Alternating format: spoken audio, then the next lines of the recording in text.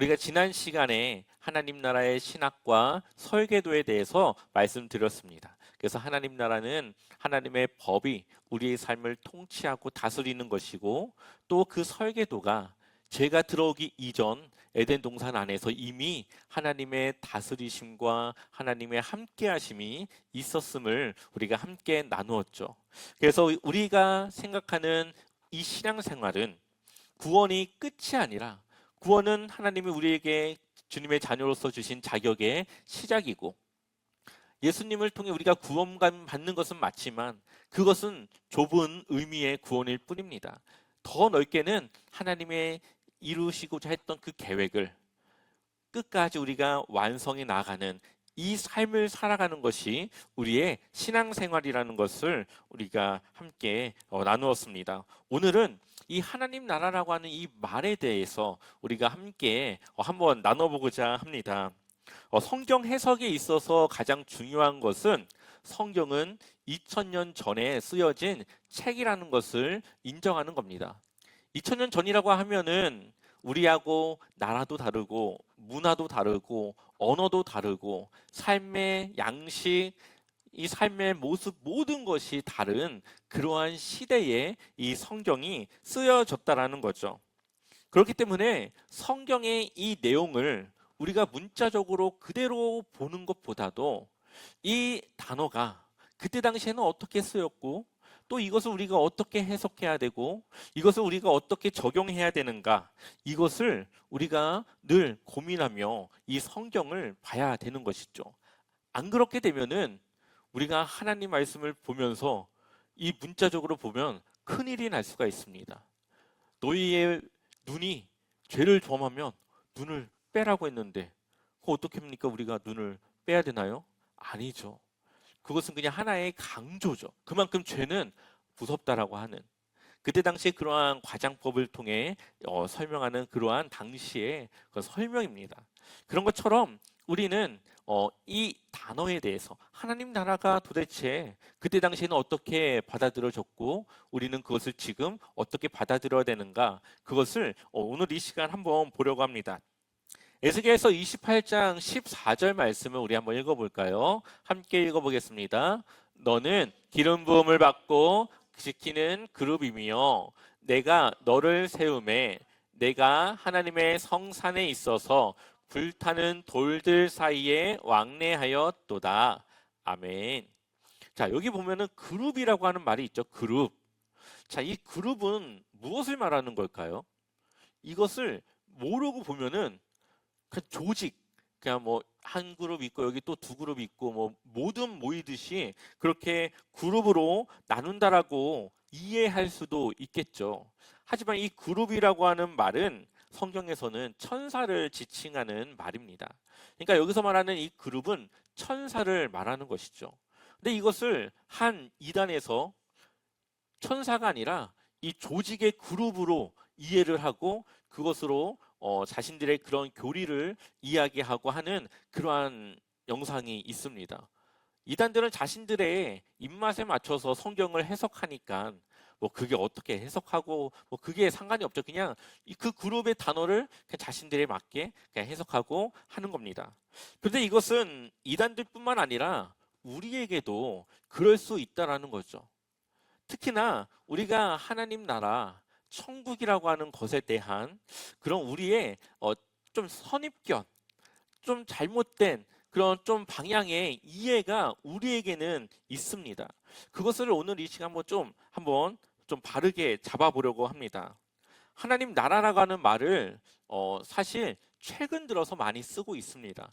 우리나라에는 80년대 정도에 이제 책이 들어와서 이제 하나님 나라에 대해서 이제 사람들이 그때 당시 신학자들이 알게 되고, 그것이 막 좀 보편적으로 지금처럼 이렇게 말하기 시작된 것은 뭐 2000년대가 조금 넘어가면서 2000 한 중반 넘어서 한 10년도 그 정도쯤부터 이제 조금씩 이 하나님 나라라고 하는 말을 쓰고, 그러한 개념으로 이 말씀을 보고 그러한 하나님 나라의 구원의 이 관점을 가지면서 그렇게 우리나라에 정착해 나가게 되었습니다. 요즘은 너무나도 이 말을 남발해서 쓰니까 그냥 너무 의미가 좀 퇴색되고, 또 하나의 무슨 액세서리처럼 그것을 하나 갖다 붙이는 그런 정도로 많이 쓰고 있지만 우리는 이 단어가 무엇을 의미하는지를 잘 알아야 되겠죠. 자, 하나님 나라를 다른 말로 천국이라고 말합니다. 우리는 천국이 더 익숙해져 있죠. 그런데 성경을 검색해 보면, 성경 이 프로그램으로 단어를 검색해 보면 이 천국이라고 하는 말은 총 37번이 나옵니다. 그런데 그 대부분의 이 단어가 어디에 몰려 있는지 아십니까? 마태복음에 몰려 있어요. 37번 중에 36번이 마태복음에 몰려 있습니다. 다른 말로 하면 마가, 누가, 요한은 천국이란 말을 안 쓴다라는 거예요. 자, 그렇다면 이 천국이라고 하는 말은 마태복음에서만 쓰이는 마태라고 하는 사람의 독특한 표현이라고 볼 수가 있습니다. 근데 이 마태가 쓰는 이 특이한 천국이라는 단어가 왜 우리에게는 이렇게 익숙할까요? 그것은 예전부터 우리나라가 마태복음을 너무 편식해서 다른 복음서보다도 맨 처음 나오는 마태복음에 너무 치중해서 이 하나님 나라라고 하는 것을 이제 천국으로 많이 부르게 되었고, 또 이 천국이라고 하는 말을 번역되는 이 과정에서 이 하나님 나라가 우리나라에 말이 없잖아요. 선교사님들이 예전에 와서 이제 그것을 번역해서 성경에 써야 되는데, 근데 선교사님들이 보니까 이 우리나라 사람들이 천당이라고 하는 말은 아주 잘 알아들어요. 하늘에 있는 무슨 신의 궁전 같은 이런 개념의 극락, 뭐 천당 뭐 이런 말은 잘 알아들어요. 그러니까는 그 하늘에 그 영역 천국이라고 해야 되겠다 해서 천국이라고 이것이 번역이 되고 우리에게 익숙하게 들려지게 된 것이죠. 근데 그러다 보니까 우리가 생각하는 천국은 약간 공간적인 개념에 가깝습니다. 그러니까 하늘에 있는 나라, 하늘 어딘지 모르겠지만 어쨌든 하늘에 있는 하나님이 계신 나라라고 하는 그러한 선입견을 갖게 되는 것이죠. 근데 마태복음에서 마태는 왜 천국이라고 하는 말을 많이 썼을까요? 그것은 이 마태라고 하는 사람이 마태복음을 쓴 의도와 대상자가 다르기 때문에 그렇습니다. 자, 우리가 한번 마태복음이 좀 다른 성경이랑 어떻게 좀 다른지를 한번 예를 들어보겠습니다. 누가복음 11장 2절 우리 같이 한번 읽어볼게요. 함께 읽어보겠습니다. 예수께서 이르시되 너희는 기도할 때에 이렇게 하라. 아버지여 이름이 거룩히 여김을 받으시오며 나라가 임하시오며 아멘. 이거 우리에게 익숙한 말이죠. 이제 주기도문입니다. 여기서는 이렇게 기도하라고 뭐가 나옵니까? 아버지여라고 하는 말이 나와요. 자, 그렇다면 마태복음에서는 이 부분을 어떻게 설명하고 있을까요? 한번 우리 마태복음 6장 9절 같이 읽어보겠습니다. 그러므로 너희는 이렇게 기도하라. 하늘에 계신 우리 아버지여 이름이 거룩히 여김을 받으시오며 아멘. 아버지여라고 하는 말 앞에 뭐가 있습니까? 하늘에 계신 우리 아버지여. 하늘에 계신이라고 하는 말이 있어요. 그러니까 다른 복음서에서는 이 하늘에 계신이라고 하는 말을 안 써요. 근데 마태는 그거를 써요. 그 이유는 유대인들의 개념이 바로 이 하늘에 계신이라고 하는 개념을 갖고 있기 때문에 그렇습니다. 마태복음은 유대인들을 대상으로 썼어요. 그러니까 유대적인 유대인들의 그런 표현법을 많이 썼는데 그 중에 하나가 하늘에 계신 우리 아버지라고 하는 말입니다. 유대인들에게 있어서 이 하늘이라고 하는 것은 공간의 개념이 아닙니다. 그냥 하나님이 계신 신의 영역, 공간이 아니라 그냥 그들의 그냥 개념에 하나님이 계신 그러한 신의 영역, 이것을 그냥 하늘이라고 표현을 하는 거예요. 그런데 우리는 자꾸 하늘이라고 하니까 저 스카이, 하늘에 있는 그 공간만을 생각하는 것이죠. 그러다 보니까 우리는 늘 하나님 나라를 가야 되고 우리가 한 천국에 올라가야 되고 우리가 천국에 들림 받아야 되고 그렇게 개념을 갖습니다. 그러나 여기서 쓰는 이 하늘이라고 하는 말은 그러한 영역이 아니라 그냥 하나님이 계신 그러한 하나님의 그러한 영역, 하나님만의 그 영역을 그냥 하늘이라고 지칭하는 거예요. 쉽게 말하면은 우리가 이 임금의 얼굴을 용안이라고 말하죠. 임금의 얼굴은 용안이라고 말합니다. 왜 그러냐면은 이 백성들이 볼 때 임금은 아주 고귀하신 분이기 때문에 용안이라고 하는 이 고귀한 표현으로 이제 하는 것이죠. 근데 이 용안이라고 하는 말을 만약에 외국 번역을 해서 드래곤 페이스라고 했다고 칩시다. 그러면은 외국 사람들은 그걸 보고 뭘 떠올릴까요? 뭔가 용의 얼굴을 생각하겠죠. 우리는 용안이라고 보면은 아 임금의 얼굴, 뭐 세종대왕님의 얼굴 뭐 이렇게 하지만 외국 사람들은 뭐 드래곤의 얼굴? 이게 무슨 개념이지? 이렇게 받아들인다는 거죠. 마찬가지로 그냥 유대인들은 하늘이라고 하는 개념이 하나님의 계신 그냥 어떤 영역 그냥 이렇게 그냥 받아들이는데 우리는 하늘이라고 하면은 저 위에 있는 그 하늘을 우리는 생각하게 되죠. 그러다 보니까 우리가 이 구원에 대한 하나님 나라에 대한 개념이 예전부터 잘못 잡혀 있는 그러한 경우가 많이 있습니다. 자, 그렇다면은 이 하나님 나라를 다른 성경에서 어떻게 보고 있나? 하나님 나라와 하늘은 같은 천국은 같은 개념이라는 것을 우리는 볼 수가 있습니다. 마태복음 19장 14절 같이 읽어보겠습니다. 예수께서 가라사대 어린 아이들을 용납하고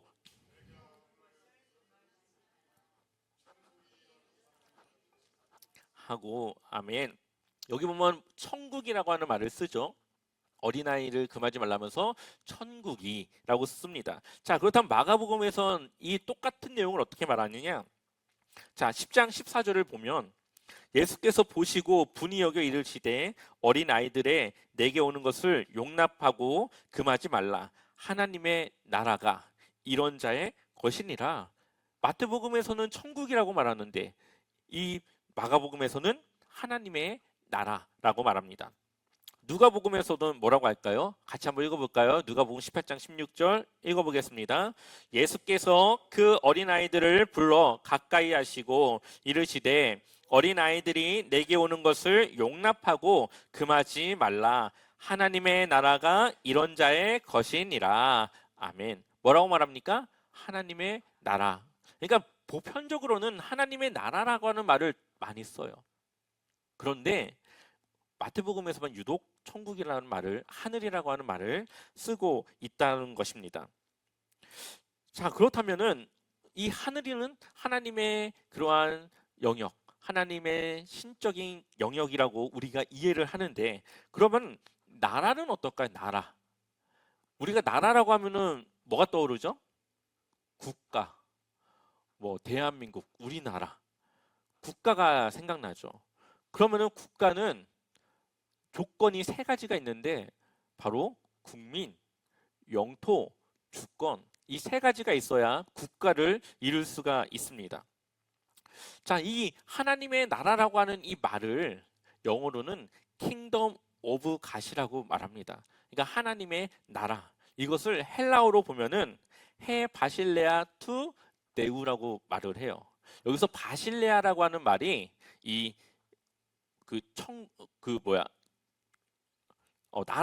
나라라고 하는 그러한 의미인데 여기서 말하는 나라와 우리가 생각하는 나라의 개념이 조금 다릅니다. 우리는 나라라고 하면은 국가, 뭐 대한민국 대 일본 뭐 이런 국가를 생각하지만 이 사람들의 나라는 조금 우리가 생각하는 것과는 좀 달라요. 어, 우리가 눈에 보이는 것은 이제 땅이고 사람이기 때문에 우리는 약간 그러한 개념에서 나라를 많이 이해합니다. 그런데 여기서 말하는 바실레아라고 하는 의미는 주권을 강조하는 말이에요. 주권. 주권이라고 하는 것은 하나님의 그 통치를 의미하는 그러한 말입니다. 그래서 신학자 톰 라이트라고 하는 굉장한 그런 신학자가 있는데 이 사람은 이 바실레이아라고 하는 이 말이 1세기 예수님 그때 당시에 아주 그 하나님이 왕이 되신다라고 하는 표현으로 만연하게 쓰였던 그러한 말이라고 하고 있습니다. 그래서 예를 들면 우리나라가 일제시대 때 뭘 뺏겼죠? 주권을 뺏겼죠. 그래서 우리가 땅도 있고 국민도 있어요. 대한민국에서 막 살아가요. 근데 주권이 없어요. 그러니까 나라의 주인이 아니에요. 나라에서 뭐 할 수 있는 게 없어요. 일본을 따라가야 돼요. 뺏겨서. 그러니 주권이라고 하는 것은 이 통치, 다스림, 이러한 의미가 있는 겁니다. 근데 바실레이아는 바로 그러한 개념이에요. 하나님의 통치, 하나님의 다스림 안에 있는 그것을 나라라고 이야기를 합니다. 그러니 우리가 생각하는 그러한 공간적인 개념이 아니라 하나님과의 관계, 하나님 안에 속한 나의 그 상태, 내 주권이 하나님의 있음을 인정하고 따르는 그것을 바실레이아, 바로 나라라고 하는 겁니다. 그렇기 때문에 우리가 하나님 나라에 속해야 된다라고 하는 것은 하나님 안으로 우리가 들어가서 하나님의 백성이 되고 하나님의 말씀을 따라 하나님의 그 통치를 받으며 살아가는 그것을 말하는 거죠. 그리고 그것을 우리는 쉬운 말로 구원이라고 말을 하는 겁니다. 그래서 하나님 나라에 들어가는 것은 죽음 이후에 우리가 가는 것이 아니라 지금도 하나님의 통치를 받고 하나님의 백성으로 살아가는 우리는 하나님 나라로 살아가고 있는 것이죠.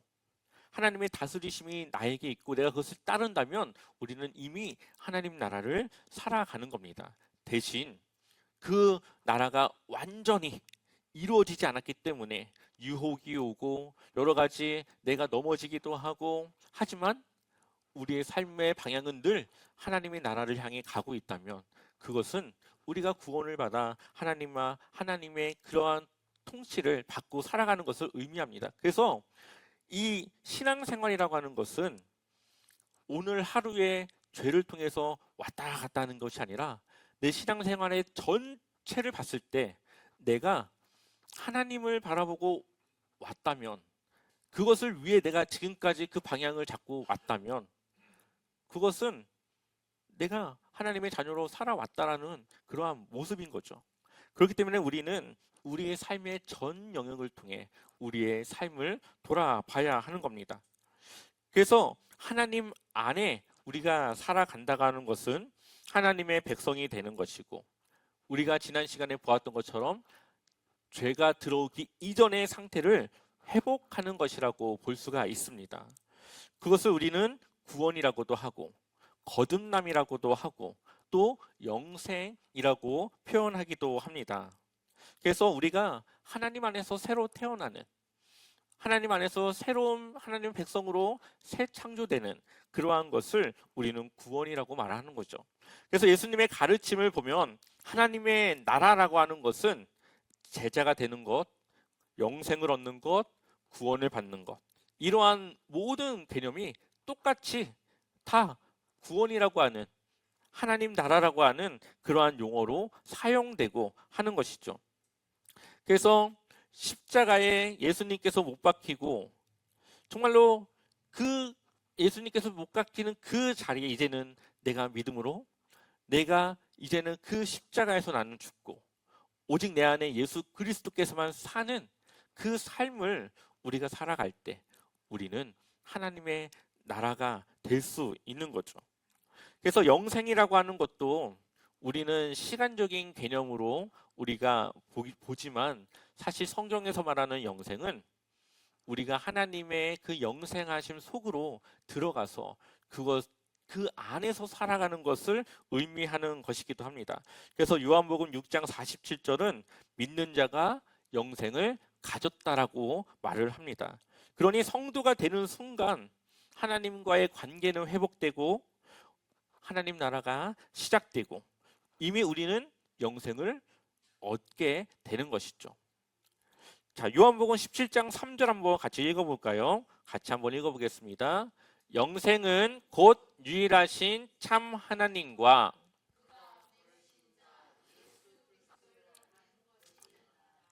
아멘. 영생이 시간이 아니라 하나님과 그가 보낸 자 예수 그리스도를 아는 것이다. 그러니까 하나님의 그 영생하심 속에 우리가 들어가는 것, 하나님을 알고 하나님과 함께하는 그것이 바로 영생, 다른 말로 구원, 다른 말로 거듭난, 다른 말로 제자가 되는 것이라고 표현할 수 있는 것이죠. 그래서 우리는 하나님과 연합해서 하나님이 원하셨던 그 에덴 동산을 이루시고자 했던 그 하나님의 계획을 이해하고 알고 그것을 위해 우리는 우리의 삶을 살아가는 겁니다. 물론 내가 그것을 완성할 수 없겠지만 우리는 그것을 위해 살아갑니다. 그것이 바로 구원받은 그런 성도의 모습인 것이죠. 그래서 하나님 나라라고 하는 것은 우리가 가는 것이 아니라 우리에게 오는 것입니다. 하나님 나라는 우리에게 임하는 것이에요. 그래서 우리가 종말의 때에 우리가 하나님께로 가는 것이 아니라 예수님께서 새 하늘과 새 땅을 이 땅 가운데 다시 세우시고 우리가 이 땅에서 함께 살아가는 것이라고 말씀을 하고 있죠. 그렇기 때문에 우리는 늘 하나님의 말씀, 하나님의 통치, 그것을 기억하고 따라 살아가는 것, 그것이 우리의 그 하나님 나라를 이 땅 가운데 이루며 살아가는 것입니다. 그래서 내가 어디에 머무는지, 내가 어느 피부를 가지는 사람인지 그것이 중요한 것이 아니라 정말 하나님의 그 주권 가운데 내가 살아가고 있는지, 내가 정말 하나님 백성다운 삶을 살아가고 있는지 우리는 늘 그것을 돌아보며 그것을 체크하며 우리의 신앙을 바로 세워 나가야 되는 겁니다. 그래서 우리가 하나님 나라에 대해서 앞으로 몇 주간 더 나누게 될 텐데 정말 우리의 그러한 신앙의 생활이 정말로 그냥 나를 위한 그러한 구원이 아니라 하나님의 계획 속에서 이 세상을 하나님의 나라로 세우시고자 하는 하나님의 그 계획을 내가 함께 동참해서 그것을 위해 함께 동행하며 하나님의 비전을, 하나님의 꿈을 함께 공유해서 그것을 위해 우리의 신앙생활 가운데 승리하며 살아가는 그러한 믿음의 놀라운 주님의 제자, 주님의 성도 되시기를 축원합니다.